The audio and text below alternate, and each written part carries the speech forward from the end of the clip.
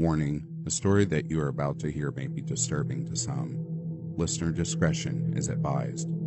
This is the true story of Charles Ray Hatcher, a one-man crime wave from the monstrous book of serial killers.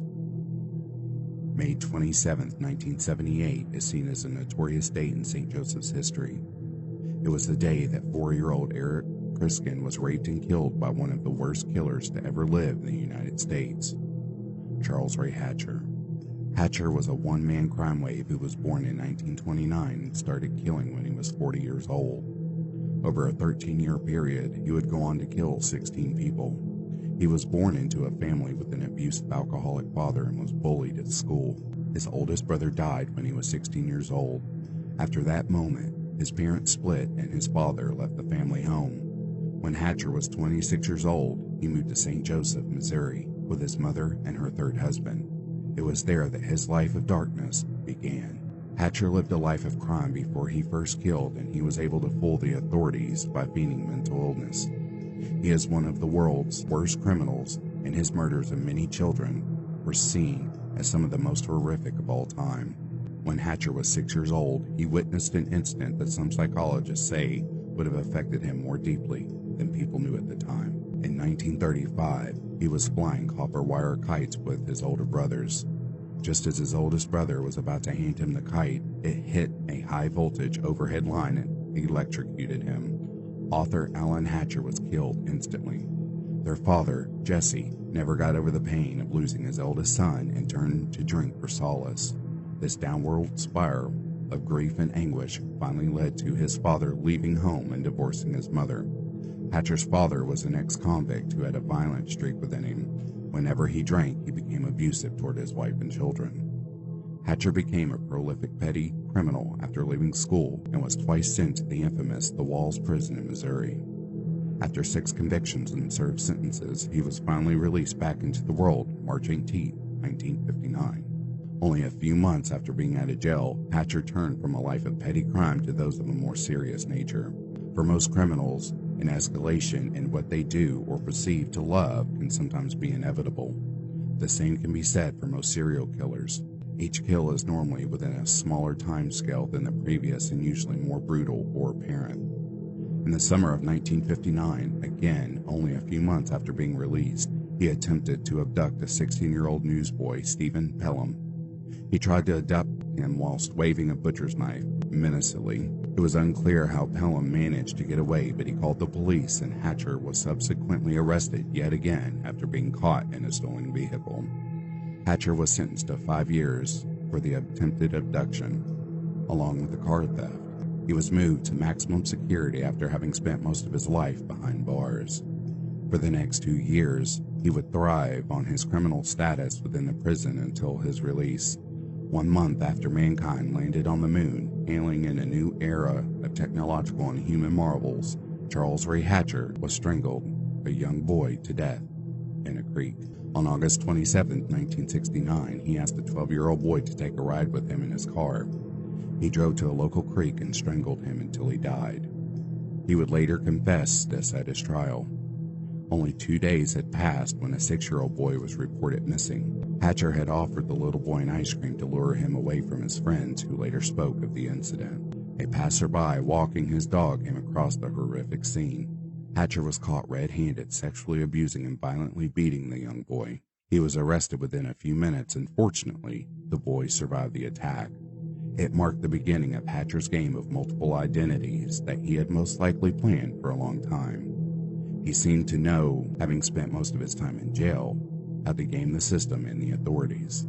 He refused to answer any questions and gave multiple names when asked who he was. Before a judge in a Californian court, he would give the name of Albert Ralph Price. Because of the steadfast belief in another personality, the judge ordered Hatcher to be taken away for psychiatric evaluation. In 1970, Hatcher was diagnosed as unfit to stand trial with tendencies of insanity and notions of pedophilia. Although no one psychiatrist could actually agree on Hatcher's condition, hospital staff felt that Hatcher was fabricating a lot of his mental suffering in order to stay out of prison and make himself a more special case. In the winter of 1972, he was finally convicted of the murder and rape of Gilbert Martinez and was committed to the California State Hospital for the mentally insane. He was classed as a mentally disordered sex offender. In May of 1977, Hatcher was shockingly released to a halfway house in San Francisco. This was because of the findings at a parole board hearing that stated Hatcher had improved dramatically during his time in prison. It stated that he was no longer a danger to the public. How wrong they were. Almost immediately after release, he tried to stab a 7-year-old boy, but the charges were dropped. His record of arrests, evaluations, and sentences read like a horror book that surpassed even the worst criminals at the time. Hatcher was then considered a parolee at large and was not seen for an entire year until he returned to St. Joseph, Missouri. On May 27, 1978, 4-year-old Eric Criskin was raped and killed by Hatcher. A search party found Eric's body in an area of weeds and marsh on the banks of the Missouri River. He had been molested and smothered to death. Eric's funeral was the largest ever held in the city, and the public wanted an arrest. The police were all too happy to oblige, and only one suspect came to the forefront of their investigations. It was not Charles Ray Hatcher, but a man named Melvin Lee Reynolds, who was subsequently charged with the boy's murder. The police had forced the arrest of Reynolds, and he was sentenced to life in prison after 9 months of intense interrogation where he signed a false confession. It was going to be another 4 years until the truth would come out. In September of 1978, Hatcher was arrested for sexually attacking another 16-year-old boy. Hatcher was placed in the Douglas County Mental Institution in Omaha, Nebraska, but again was released only a few months later. Bizarrely, due to the police procedures at the time, no one actually knew it was Hatcher. He had given a false name to the arresting officers. Hatcher was subsequently released to continue his pattern of sexually abusing and killing young boys. On June 20th, 1981, James Churchill was stabbed to death on the banks of the Missouri River in Illinois. Hatcher would later confess to the murder, stating that his desire to kill had gotten ahead of him. He said that he and Churchill had been drinking together, and he snapped and he stabbed him 10 times. He had left the knife sticking out of his chest near the heart.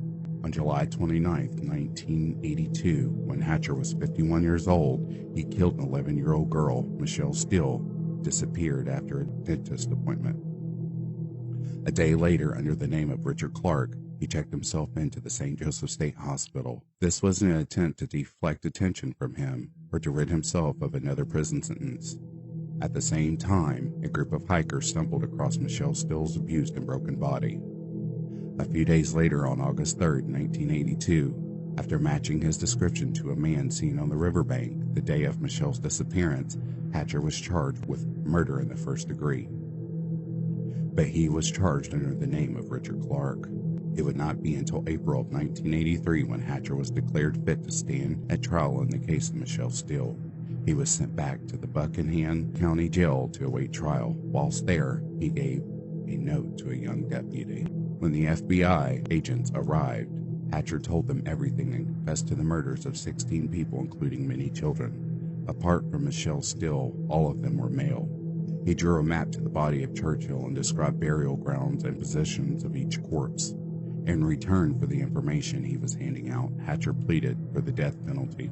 On October 13, 1983, Hatcher was finally sentenced to life in prison for the murder of Eric Criskin. This was on the same day that Melvin Lee Reynolds was released from prison after being wrongfully convicted of the crime. A year later, Hatcher was sentenced to another 50 years for the murder of Michelle Steele. Before the rest of his crimes could be brought to trial in separate cases, Hatcher hung himself in his cell. It has been suggested that Chucky from Child's Play films was based on Charles Ray Hatcher and his murders. The name of the killer doll in the film is Charlie Lee Chucky Ray, and the doll would attempt to kill children. Hatcher would sometimes wear a horizontally striped top, just like the character from the film.